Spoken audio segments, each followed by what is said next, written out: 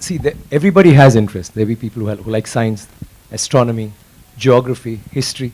But I think the most important thing is history. As children, all of us have listened to stories of the past.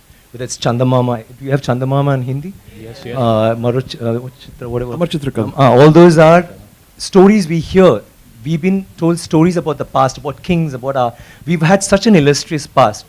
Just a small thing that I want to bring to your notice. We all talk about the pyramids.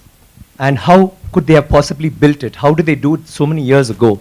But do you know that in India, we have so many temples, but the one with the highest Gopuram is there in Tanjavur, which is where the Chola dynasty had happened, and his role, Rajaraja Cholan, had built it. That particular temple has the highest Gopuram in the whole world. The top stone alone, it's a single stone that weighs 80 tons.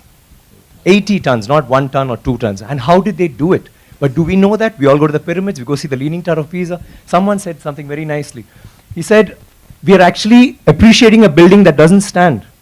It's falling over and wow, let's take a picture, let's take a selfie, and we're getting excited. But we have temples today that stand and they didn't use plaster. Do you know that for this particular stone, they had to use a ramp, which was 6 kilometers long, which was pulled by bulls, elephants, and people. 6 kilometers long to get it up there, without any machinery, without any cranes, without anything. And they didn't have plaster. It's withstood 6 earthquakes. You know what happens when an earthquake comes? Without plaster. What they have done is they have an outer wall, then inside that they have a corridor of 6 feet, which is an open, just a corridor, and then they have another structure inside which goes all the way to the top, which is why they can withstand earthquakes, which is why they stood so long. So these are all things that we need to know about. This particular king has built 5,000 dams in his time, and he's made a water management ministry in that time. He's had elections for the village leaders. He's asked them to name cities after women. Why should it only be men? Why can't it be named after a queen? And they've had hospitals, free hospitals, and